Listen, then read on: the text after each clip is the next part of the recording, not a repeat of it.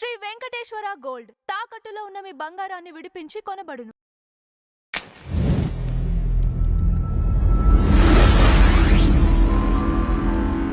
నమస్తే అండి, welcome to tree media. మనతో పాటు ప్రముఖ వాస్తు జ్యోతిష్య నిపుణులు బ్రహ్మశ్రీ నానాజీ పట్నాయక్ గారు ఉన్నారు. సార్ నమస్కారం. శ్రీమాత్రే నమః.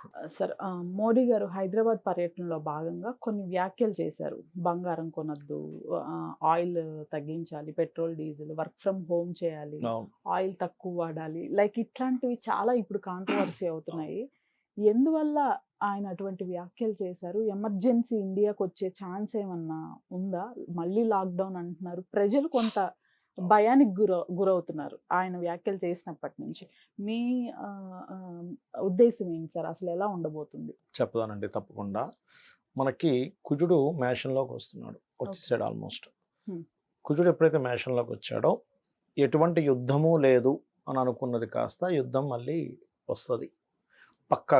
పక్కాగా యుద్ధం మళ్ళా రానుంది. మొన్నటి వరకు అది జరిగింది కొంచెం చల్లారిపోయింది అనుకుంటున్నాం కదా, ఎందుకంటే ఈ సంవత్సరానికి మంత్రి కుజుడు అండి. సో అది వచ్చింది. ఎప్పుడైతే యుద్ధం వచ్చిందో గోల్డ్ రేట్ పెరుగుతుంది.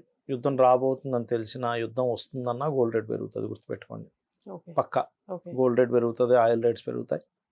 ఇప్పుడు ఏమవుతుందంటే ఈ పెరిగిన రేటు, ఇప్పుడు పెరిగిన రేటు అలా అక్కడే ఆగిపోతే పర్లేదు, అందరికీ లాభమే. కానీ పెరిగి ఢమాలని కింద పడితే కొన్ని లక్షల కోట్ల రూపాయలు ఆవిరైపోతాయి రాత్రికి రాత్రి. నెక్స్ట్ పెరగనుంది గోల్డ్ బాగా.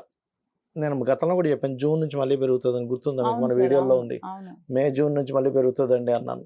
ఒక 5-6 నెలల క్రితమే ప్రిడిక్ట్ చేసాం.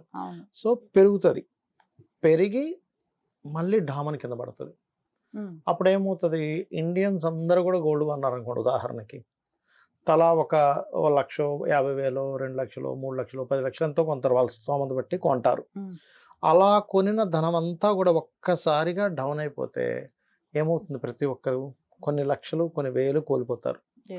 అప్పుడు ఇండియాలో ఉండే ప్రజలందరికీ నష్టము. కాబట్టి మోడీ గారు ఆ యొక్క విషయాన్ని చెప్పడం జరిగింది. ఇందులో రేట్లు పెరిగేటప్పుడు ఎప్పుడైతే చమురు ఇబ్బంది వస్తుందో, చమురు కూడా రేటు పెరుగుతుంది.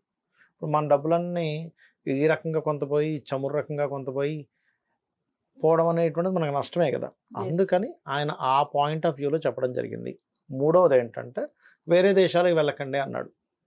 వైరస్ రాబోతుంది నెక్స్ట్, వాటర్ ద్వారా వచ్చే వైరస్. ఎందుకంటే గురువు మారుతున్నాడు కదా, నీటి ద్వారా వచ్చే వైరస్ రాబోతుంది. కాబట్టి అందరికీ నేను చాలా రోజుల నుంచి చెప్తున్నా, నీటి ద్వారా వైరస్ రాబోతుంది అని. ఇప్పుడు నెక్స్ట్ ఇంక దగ్గర పడుతుంది. కాబట్టి కాచి చల్లార్చిన నీటిని తాగడం మంచిది.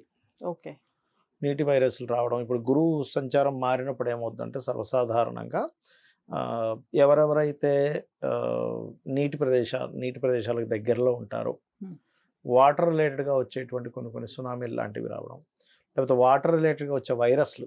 ఏంటంటే గురువు చక్కగా ఎగ్జాల్టెడ్ హౌస్లోకి వెళ్ళాడు కదా, వైరస్లు రావడం ఏంటి అనిపిస్తుంది. కానీ గురువు యొక్క స్వరూపం పూర్తిగా మారింది. ఇక్కడ శని రాహు సంబంధంతో ఉంటుంది.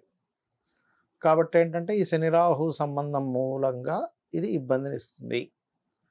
ఓకే, కాబట్టి ఏంటంటే కొంచెం వాటర్ సంబంధించినటువంటి విషయాల్లోని అది జాగ్రత్తగా ఉండాలి చెప్పాలంటే. అది right sir, thank you so much. శ్రీమాత్రే నమః.